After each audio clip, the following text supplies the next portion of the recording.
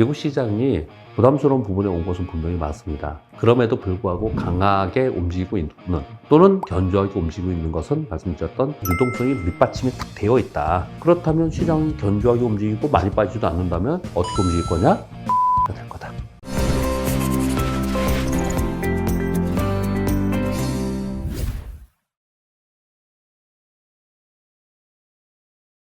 자이언트TV 홍성용 기자입니다. 오늘은 박병창 교보증권 이사님을 모시고 최근 경제, 증시와 관련된 이야기를 좀 나눠보겠습니다. 안녕하세요. 예, 안녕하십니까? 너무 유명한 분을 모셨는데 저희 구독자님들께서 이사님을 좀 모셔달라는 얘기가 많아가지고 이제 뭐 거두절미하고 바로 여쭤보겠습니다. 이제 뭐 1분기가 지났어요. 오늘 촬영이 딱 공교롭게도 4월 1일인데요. 미국에서의 지난달 말에 이제 금리 인하 시그널이 좀 명확해진 것 같습니다. 시점이라든지 뭐 요거에 대한 해석이 조금 다양한데 예. 좀 어떻게 바라보시는지요? 작년 말하고 올해 초 1월 정도까지만 1월 초반 정도까지만 하더라도 올해 3월에 금리 인하하지 않겠냐는 얘기를 했습니다. 근데 지금 이제 CPI가 올라오고 이런 분위기를 좀 타면서 그리고 경제 지표가 좋잖아요. 네, 이런 분위기를 타면서 CPI는 물 건너갔다. 그러면은 언제쯤 하겠냐? 5월에 하겠냐? 6월에 하겠냐? 이런 얘기를 하면서 이제 그 정문 상황을 잠시 이렇게 살펴보면은 전반적으로 이번에 2월 CPI가 헤드라인 3.2% 나왔거든요. 그리고 PPI도 컨센서스를 높게 나왔어요. 그러면서 국채 수익률이 지금 올라가 있습니다. 그 전까지는 10년 만기 국채 수익률이 4.4% 아래로 떨어져 있기도 했거든요. 2년 만기 국채 수익률은 4% 초반에 있기도 했는데 이게 다시 올라갔어요. 그 얘기는 시장에서 바라볼 때 우리가 생각했던 금리 인하의 경로보다는 좀 늦겠구나 이렇게 생각을 좀 한 거예요. 그래서 걱정을 많이 했는데 지금 말씀 주신 바와 같이 3월 21일 날 FOMC 결과가 있었고 그때 파월 의장이 이제 몇 가지 포인트만 말씀드리면 금리 동결을 하면서 인플레이션 둔화 추세는 변함이 없다 이렇게 얘기를 했고 점도표가 혹시라도 올해 2회로 금리 인하의 상황이 좀 우리가 원하는 바가 아닌 쪽으로 좀 되지 않겠냐. 우리 이제 원하는 바는 이제 3회 정도 이렇게 바라잖아요. 근데 2회나 1회가 되지 않겠냐 이런 우려를 좀 했는데 점도표를 보니까 유지가 됐습니다. 유지가 됐다는 얘기는 올해 3회 정도는 금리 인하하지 않겠냐라는 쪽으로 지금 됐어요. 거기에 양적 긴축, QT 속도 조절 논의를 3월에 하겠다. 지난 12월에 파월 의장이 그렇게 얘기를 했는데 그 얘기도 요번에 나왔습니다. 그날 시장 폭등했죠. 시장에서 바라는 바대로 나온 거예요. 자, 여기까지 쭉 설명을 들으면서 생각을 해보세요. 그러면 3회를 한다는 거잖아요. 미국의 FOMC 회의는 홀수달이 열리죠. 그러면 5, 6, 이제 올 상반기에 2번이 남았고요. 하반기에는 7, 9, 11, 12 4번 남았잖아요. 11월에 대선이 있지 않습니까? 네. 그럼 만약에 3번을 상반기에 하지 않으면 하반기에 몽땅 다 해야 돼요. 7월, 9월, 12월에 이렇게 해야 되는 거거든요. 그렇게 할 수 있을까? 그럼 너무 촉박하지 않냐? 이렇게 생각을 하는 거예요. 그래서 올 상반기에 적어도 5월, 빠르면 5월, 늦어도 1월, 6월 정도에는 25bp 정도 금리 인하 해놓고 그리고 경과 상황을 좀 지켜보다가 하반기에 아마 한 차례 또는 2차례 하는 게 좀 합리적이지 않겠냐 이렇게 생각을 하고 저도 그렇게 생각을 좀 하고 있습니다. 근데 요즘에 지금 인플레이션 CPI 지표가 높게 나오고 PCE 지표도 뭐 예상 수준에 나왔지만 안전하다라고 하는 그 정도 수준은 나온 게 아니거든요. 그러다 보니까 그날 요번 PCE 발표가 지난주 금요일 날 있었는데 이것에 대해서는 그렇게 소위 완화적이다 이렇게 표현을 하지 않고 있습니다. 그래서 걱정을 하는 거예요. 그리고 그 안에 내용들을 봤더니 그동안에는 팬데믹이 있었고 그리고 전쟁으로 인해서 상품 가격, 공급망 왜곡으로 인한 상품 가격이 막 올라서 물가를 올리는데 이제 기여를 많이 했거든요. 그랬는데 최근에 CPI가 9% 이상 올라가다가 최근에 3.2까지 떨어졌잖아요. 이게 떨어지면 거의 대부분 상품 가격이 떨어진 거예요. 국제유가도 많이 떨어지고, 뭐, 우리 2차전지 소재들, 2차전지 많이 빠졌잖아요. 2차전지 소재들 다 빠졌잖아요. 원자재들이. 그런 것들이 빠지면서 물가를 다운시키는 데에는 이제 일조를 했는데, 그 밑으로 더 빠지는 건 안 되는 이유는 왜 그랬냐면, 소비가 탄탄한 겁니다. 고용도 탄탄하고, 미국인들의 주머니 속에 아직 돈이 많이 있구나. 이 소비가 스티키하다 그러죠. 소비가 이게 갑자기 둔화되는 이런 부분을 좀 어렵지 않겠냐고 봤거든요. 근데 요번에 PCE를 봤더니, 그동안에 물가를 많이 낮췄던 공급 사이드에 있었던 원자재 가격이나 이런 부분은 상품 가격은 반등을 하고 많이 빠졌으니까. 그리고 소비 쪽은 둔화되면서 이렇게 나왔거든요. 반대로 나왔어요. 그러니까 전체적으로 물가가 우리가 생각했던 만큼 막 그 3% 아래로 급격하게 떨어지기는 쉽지 않겠다라는 생각을 좀 하고 있는 거예요. 그러니, 이런 것들을 정황을 제가 이렇게 쭉 설명을 드렸잖아요. 정황을 전체적으로 봤을 때, 지금 이번 주에는 아마도 시장이 좀 흔들릴 가능성이 있어요. 이번 주 다음 주에. 왜 그러냐면은 지금 이제 FOMC 회의가 끝났잖아요. 그래서 연준위원들이 전부 다들 나름 다 방송 나가서 연설하거든요. 강연 같은 데 연설하고. 그러면서 이번 이 지표들을 보면은 지금 뭐라고 얘기하냐면 올해 한 차례 정도 금리 인하를 하는 게 맞다. 이런 얘기까지 나오고 있는 상황이에요. 그러면 시장이 원하는 게 아니잖아요. 시장이 원하는 거나 또는 시장이 이미 반영하고 있는 쪽에서 벗어나면 시장은 텐트럼을 일으킵니다. 그래서 걱정스러운 부분이 좀 있어요. 자, 여기까지 좀 설명을 드리면서 결론은 연준위원들이 얘기하는 것처럼 올해 한 차례뿐이 안 할까요? 이것도 문제입니다. 또 빠르게 막 3차례, 4차례, 5차례 한다는 것도 그것도 위험한 거예요. 얼마나 경기가 안 좋으면. 그것도 안 좋은 거거든요. 그러니까 시장에서 그동안 얘기했던 것 3차례 정도. 진짜 아니고 우리가 양보해서 2차례 정도는 해야 되지 않겠냐라고 생각을 하는 거거든요. 지금 시장은 그걸 바라보고 가고 있고요. 지금 아까 기자님 말씀하신 대로 명확해졌다라고 표현을 하는 거는 2~4차례 정도는 전도표를 보니 할 것이다라고 얘기를 하고 있는 거예요. 그렇게 믿고 시장이 갈 수밖에 없었던 파월 의장의 워딩이 있었습니다. 3월 6일 파월의 하원 청문회 내용 중에 여러 가지 워딩이 있는데 그냥 이것만 하나를 읽어드리겠습니다. 파월 의장이 이렇게 대답을 했습니다. 금리 인하를 너무 빨리 하는 것도 주의하지만 높은 금리를 너무 오래 유지하는 것도 주의하고 있다. 즉 금리 인하를 너무 빨리 하는 것도 문제예요. 왜? 물가가 올라가면 안 되니까. 그런데 금리 인하의 시기를 실기해서 이걸 놓쳐서 이대로 이 고금리 상태에 있다가 고금리로 인한 부작용, 이것이 한꺼번에 터지면 문제가 될 수 있는 거거든요. 요 의미로 봤을 때는 연준은 올해 금리를 최소 2차례에서 3차례 정도 하려고 마음을 먹고 있구나. 근데 시기를 저울질하는데 이걸 하반기에 몰아서 하기는 부담스러울 수 있으니 상반기에 한 번 정도 보험적 측면에서 하고 그 다음에 전체 시장이나 상품 가격이나 물가를 지켜보면서 하반기에 나머지 한두 차례를 할 가능성이 있지 않냐. 이렇게 지금 잡아나가는 것 같습니다.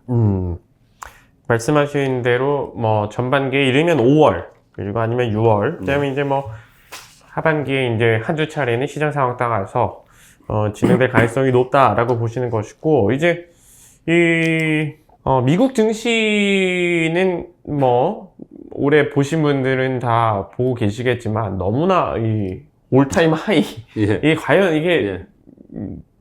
이게 지금 최고가가 맞나 수준이거든요. 네. 이제 이 가격에서는 방금 말씀하신 것처럼 나와서 뭐 시장 상황이랑 시장의 기대와는 조금 역행되는 뭐 이 FOMC 관련 인원들이 뭐 나와서 조금 한 차례 뭐 이런 얘기를 받으니까 조금 조정 가능성도 있는 것 같은데 여하튼 4월에 조정받을 수 있다 아니면 간다 이거 좀 분분합니다. 어떠세요? 일단 조정 가능성이 더 있다고 생각을 합니다. 그런데 조정 가능성이 있다, 지수가 한번 내려오겠다, 그러면 내려오는 대로 걱정하고 올라오면 계속 언제까지 쓸 거냐 걱정을 하고 지금 그런 상황이 있지 않습니까? 일단 이거부터 말씀을 좀 드릴게요. S&P 500의 올해에 상단의 예측치가 뭐 JP 모건, 골드만삭스, 모건 스탠리, 웰스파고 쭉 이렇게 뭐 제가 지금 보고 있는데 이렇게 쫙 자기들이 우리나라 증권사들처럼 해놓잖아요. 여기 보면 골드만삭스가 아주 특이하게 시장이 움직였던 경우에 뭐 5,500을 넘어서 오버슈팅 할 수 있다라고 했는데 그거 빼놓고 일반적인 예측치들이 해놓은 것들을 보면은 상단이 5,500포인트입니다. 상단이 5,500포인트고요. 제일 안 좋게 보는 쪽이 JP 모건 4,200, 모건 스탠리 4,500포인트 이렇게 보거든요. 지금 S&P 500 지수가 몇 포인트죠? 5,250포인트입니다. 그러면 5,500이면 250포인트 남았잖아요. 그렇죠? 그러면 한 4%뿐이 안 남았습니다. 3에서 4% 정도뿐이 안 남았어요. 그냥 러프하게 제가 지금 방송이니까 전화계산을 안 누르니까 그냥 말씀을 드릴게요. 4,200포인트면 1,000포인트가 내려가는 거예요. 그러면 아래로 한 8%, 9% 좀 돼요. 그러면 아래로 확률 그 폭이 업사이드의 그 폭이 훨씬 크죠. 워렌 버핏이 늘 한다는 거예요. 위로 폭이 어떤 주식을 우리가 10,000원짜리를 사잖아요. 10,000원짜리 사는데 위로 업사이드로 나는 얘를 뭐 12,000원을 봐. 근데 아래로 떨어지면은 뭐 10,000원짜리 5,000원 갈 것 같아. 이런 건 주식을 하면 안 되잖아요. 적어도 아래로는 떨어지면 8,000원 정도는 지지할 수 있는 종목이야. 근데 위로 업사이드는 10,000원짜리인데 한 20,000원까지 보여. 그랬을 때 20,000원을 우리가 수익을 낼 수 있는 게 아니고 30% 정도 수익을 낼 수 있는 거거든요. 위험보상 배율이라고 해요. 근데 확률적으로 위에 업사이드의 폭과 다운사이드의 폭을 볼 때 미국의 지금 월가의 IB들은 아래가를 더 그 폭이 훨씬 크게 봐요, 지금. 근데 시장은 계속 좋잖아요, 여하튼 간에. 그 다음 중요한 건 뭐냐면 확률입니다, 확률. 위로는 4% 뿐이 없지만 확률이 90%야. 그러면 그쪽으로 가야죠. 근데 확률이 만약에 반반이다, 위아래가. 그러면 그 폭이 다운사이드 또는 업사이드의 폭이 더 큰 쪽으로 따라가야 되는 거지 않습니까? 근데 미국의 지금 지수 상황은 확률은 우리가 미래를 예측하니까 쉽지 않아요. 쉽지 않습니다. 확률 자체는. 그런데 그것이 뭐 반반이라고 생각을 해봤을 때 위로의 갈폭보다 아래쪽을 더 열어두고 있습니다. 그렇기 때문에 여러분 잘 보시면 미국의 대형 IB들이나 우리가 흔히 알고 있는 우리 뭐 유명한 분들 있지 않습니까? 그런 부분들의 지금 현재 현금 잔고가 늘어나고 있다 이렇게 얘기를 하잖아요. 또는 지금 투자할 게 마땅치 않다. 상품도 그렇고 주식도 그렇고 뭐 코인도 그렇고 그렇게 전부 다도 올라와서 그렇게 마땅치 않다 이렇게 표현을 하고 있어요. 그 얘기는 이러한 지금 제가 말씀드린 이런 내용들 때문에 그래요. 그럼에도 불구하고 시장은 그럼 이제 여러분 걱정하실 수 있잖아요. 시장은 그렇게 약하지 않습니다. 견조하게 움직이고 있어요.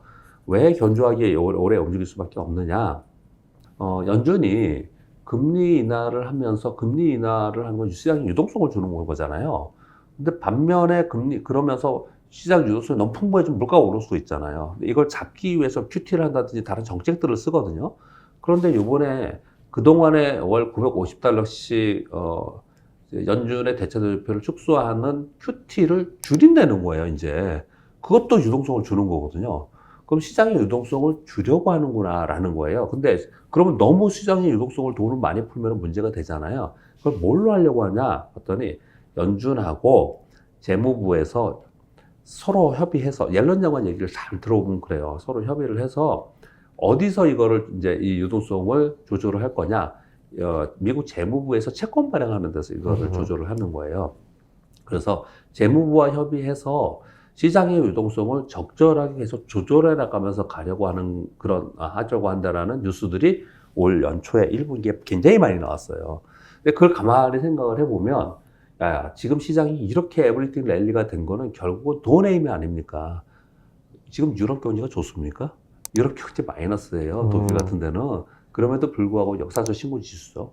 대만 역사적 신고 지수, 일본 역사적 신고 지수, 미국 3대 역사적 신고 지수, 뭐 비트코인 역사적 신고 가격이죠. 지금 다 그러고 있는 거잖아요. 금 역사적 신고 가격이고. 되게 이상하잖아요. 사실은 반대 방향으로 가야 되는 상품도 다 지금 신고 가격이에요. 왜 그러냐? 돈의 힘이거든요. 우리만 못 가고 있는데, 이건 좀 이따 다시 한번 같이 얘기를 하자고요. 우리만 못 가고 있는데, 결국은 유동성으로 인해서 여기까지 왔고, 이 유동성이 어느 순간에 시장에서 딱 빨려서 딴 데로 빠져나가면 시장은 이제 거기에 텐트럼이 일어나거나 시장이 빠지는 거거든요. 근데 이번 대선이 11월에 있는데, 대선 전에, 지금 돈은 어디서 합니까? 중앙은행과 행정부에 있는 재무부에서 하는 거잖아요. 이 양쪽에서 지금 얘기 워딩을 보면은 올해는 유동성을 빼는 게 아니고 유동성이 더 보강이 되는데 너무 유동성이 보강이 되면 문제가 되니 이것을 조절하려고 하는 보도들, 그런 워딩들이 계속 나오고 있는 걸 보니까 올해는 유동성을 급격하게 뺄 일은 없겠구나. 이걸 조절하려고 가겠구나 라는 생각이 드는 거예요. 그러면 이게 바탕에 기저에 깔려 있는데 시장이 막 갖다 패버리고 막 이렇게 빠지고 그러지는 않을 거라는 거죠. 그러니까 시장이 꽤 많이 올라와 가지고 지금 상황에서 부담스러운 부분은 맞지만 조정을 보이더라도 아주 막 급격하게 빠진다든지 또는 대세 하락을 간다든지 그러지는 않을 것이라는 게 시장의 심리가 작용되어 있기 때문에 시장이 가만히 보시면 주도주가 매도가 나오고 막 꺾이고 그래도 깊게 떨어지지 않고 견조하게 움직이고 있는 부분이다. 이렇게 말씀드리고 올해 전체를 말씀드렸고요. 단기적으로 보면은 미국이 언제부터 올랐냐면 11월부터 올랐어요. 11, 12, 1, 2, 3, 5개월 연속 올랐거든요. 시장이, 주식시장이라는 게 뭐 여러분 뭐 그냥 당연한 얘기겠지만 계속 올라가고 계속 내려가지 않습니다. 팬데믹 이후에 저쪽으로부터 급등할 때도 5개월 올랐다가 2개월 조정 보이고 또 다시 오르고 뭐 이런 식으로 움직였거든요. 지금 5개월 연속 상승을 했고 주봉상으로 볼 때는 지금 몇 주 동안 오르는 거예요. 5개월이니까요. 계속 오르는 동안 한 주인가 2주 정도만 조정을 좀 보였고 나머지들은 그냥 견조하게 움직였어요. 그런 가운데 지금 이 시장을 이렇게 올렸던 종목들, 뭐 대표적으로 지금 애플하고 테슬라는 지금 좀 약세이지만 마이크로소프트도 그렇고 엔비디아도 그렇고 마이크론 테크놀로지 뭐 이런 것들이 다 급등했잖아요. 특히 뭐 엔비디아 급등은 다 아실 거고 마이크론 테크놀로지 같은 것도 급등했잖아요. 마이크론 테크놀로지의 매출과 이 영업이 그리고 현재 시가총액을 보시면 우리나라 기업하고 비교해 보면 말도 안 되게 버블입니다. 우리하고 매출하고 비교가 안 되는데 거의 지금 시가총액 140조나 됐잖아요. 물론 미국에 있기 때문에 그걸로 답이 될 수 있나요? 그들도 분명히 일정 정도 부담이 되는 부분은 좀 있다고요. 이런 부분들을 전반적으로 생각을 해보세요. 그러면 1분기까지 그렇게 굉장히 강했고 그리고 월로도 그렇게 강했고 그리고 4월로 넘어갑니다. 연초는 주식시장은 연초와 그리고 연말에 좀 강한 속성을 갖고 있어요. 그 중간에 여름일 때 좀 안 좋은 상황이 좀 있거든요. 그래서 무슨 증시 경우는 무슨 얘기가 있습니까? 5월에 팔고 떠나라. 언제 다시 들어와라? 10월에 들어와라. 이렇게 얘기를 하잖아요. 근데 그 2분기에 4월에 들어간 거예요. 이번에 2분기 실적 발표가 나올 거고 그 이후에는 아주 강한 이벤트가 없습니다. 그렇게 시기적으로도 그렇고 그만큼 올라온 것도 부담도 있고 하기 때문에 지금부터는 지수 플레이는 강하지 못할 개연성이 있다. 그보다는 그냥 수급에 의한 종목 플레이를 할 거다.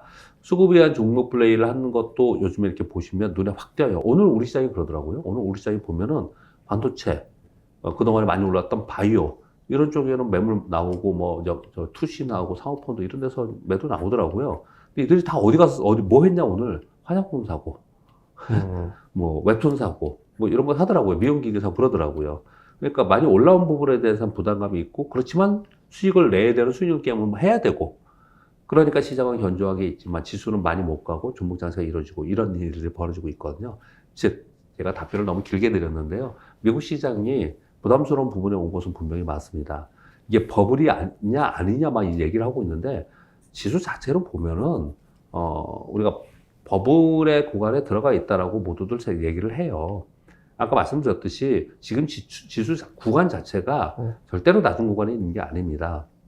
그럼에도 불구하고 강하게 움직이고 있는 또는 견조하게 움직이고 있는 것은 말씀드렸던 대선을 앞두고 있는 유동성이 밑받침이 딱 되어 있다. 그러니 너무 겁먹을 필요는 없지만 시장이 뭐 끝도 없이 갈 것처럼 그렇게 여기서 환호하고 그럴 단계는 아니다.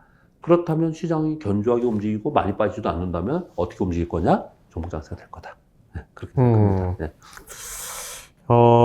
많은 말씀을 해주셨는데, 예. 이제 뭐, 보시면, 이제 올해 같은 경우에는 대선도 있는 상황에다가, 지금 이제 뭐, 여러 요인들로 봤을 때는 크게 이렇게 하방으로 떨어질 가능성은 좀 지금 상태에서는 좀 적어 보인다라는 말씀으로 정리할 수 있을 것 같고요.